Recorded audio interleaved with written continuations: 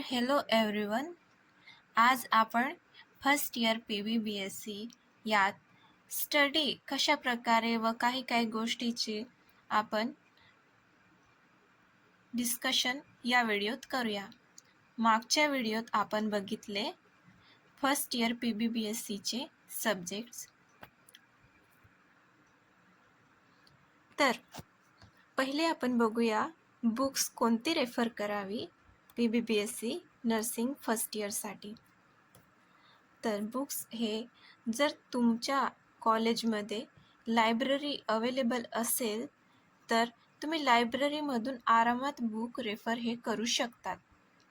आणि जर तुम्हाला सेपरेट हवी असेल विकत तर त्यासाठी एक खूप चांगली बुक म्हणजे exam oriented question PBBSc nursing solve question paper हे डी वज्रमाला आणि जे कुमारी या ऑथरची बुक आहे.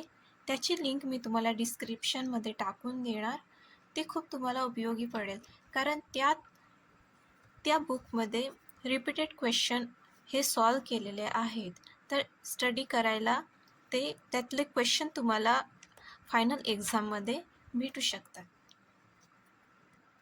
पुढे आपण बघूया की फर्स्ट इयर PBBScमध्ये असाइनमेंट्स म्हणजे जे तुम्हाला फाईल्स असतात ते कोणत्या सब्जेक्टची लिहायची आहे व कशा पद्धतीने.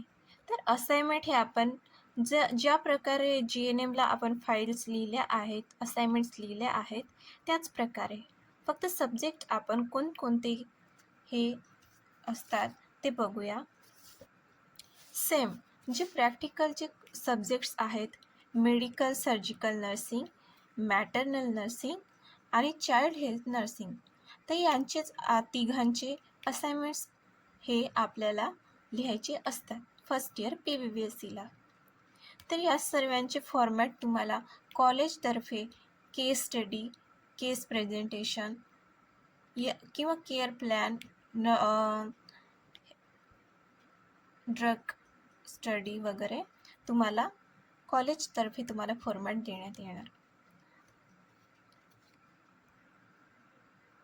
तर आपण एक्झाम्स ओरिएंटेड क्वेश्चन जर मी तुम्हाला रेफर केले त्या प्रकारे ती बुक खूपच छान आहे. तर डिस्क्रिप्शनमध्ये दिली आहे, प्लीज बघून घ्यावे. एक्झाम्स हे ॲकॅडमिकली हे आपल्याला 2 एक्झाम्स असतात. ज्या प्रकारे सेम ॲज GNMला मिड टर्म आणि प्री फायनल असणार त्याच प्रकारे फर्स्ट इयर PBBScची मिड टर्म आणि प्री फायनल ही एक्झाम्स कंडक्ट केली जाते कॉलेजतर्फे. हे इंटरनलसाठी चांगले असतात मार्क्स म्हणून ते कंडक्ट करतात. आणि फायनल एक्झाम्स हे आपले लास्टमध्ये होते. तर त्यासाठी तुम्हाला एक चांगल्या प्रकारे स्टडी करायचे आहेत. तर लास्टमध्ये मी एवढंच सांगणार आहे की जे स्टुडंट GNM स्टुडंट आहेत ज्यांना भीती वाटते इंग्लिश सब्जेक्टची तर तेही आरामात PBBSc नर्सिंग हे करू शकतात. यात घाबरायचे काहीही कारण नाही कारण स्टडी आपण ऑलरेडी 3 वर्ष केलेला आहे या सब्जेक्टचा आणि या सब्जेक्टचा ऑलरेडी स्टडी झाल्यामुळे आपल्याला फक्त एकदा ओव्हरव्ह्यू करायला पडेल. फक्त यात एवढंच आहे की काही गोष्टी आपल्याला चेंजेस करायला भेटणार आहे. चेंजेस नाही तर काहीतरी डीप याच्यामधून आपल्याला क्वेश्चन येऊ शकतात.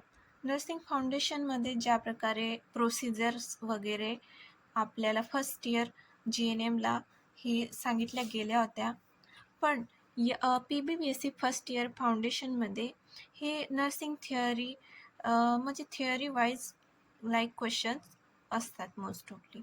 आणि nursing and dietetics nutritions and dietetics न्यूट्रिशनमध्ये तेच आपलं GNMला ज्या प्रकारे न्यूट्रिशनचे सब्जेक्ट्स होते तर या ठिकाणी न्यूट्रिशनमध्ये हे थोडं डीपली विचारले जाणार आहे. अँड डायटिक्स तर तुम्हाला माहिती आहे त्याच्यामध्ये ते विचारणार बायोकेमिस्ट्री आणि बायोफिजिक्स. तर बायोकेमिस्ट्री आणि बायोफिजिक्स हा आपल्यासाठी नवीन सब्जेक्ट आहे. नवीन यातलं काही नाही आहे. जे आपल्याला 12वीमध्ये 12थमध्ये सायन्समध्ये असताना केमिस्ट्री आणि फिजिक्समध्ये काही काही इझी क्वेश्चन हे विचारले जातात.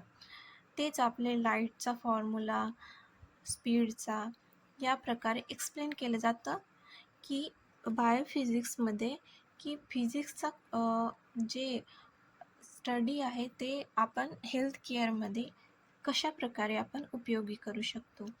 आणि बायोकेमिस्ट्रीमध्ये आहे की जीवाबद्दल आहे, म्हणजेच हेल्थ केअरमध्ये केमिस्ट्रीचा उपयोग कसा केला जातो. ओके. आणि सायकोलॉजी पण फर्स्ट इयरमध्ये आपल्याला होताच GNMला, सेम ॲज मायक्रोबायोलॉजीचे पण सेम आहे, मॅटर्नलचे पण. तर इकडे आपण ओव्हरऑल जे सब्जेक्ट आहे ते आपल्याला सेम बघायला भेटणार. फक्त जे बायोकेमिस्ट्री बायोफिजिक्स आहे ते आपल्याला थोडं या सब्जेक्टकडे लक्ष द्यायला पडणार आहे.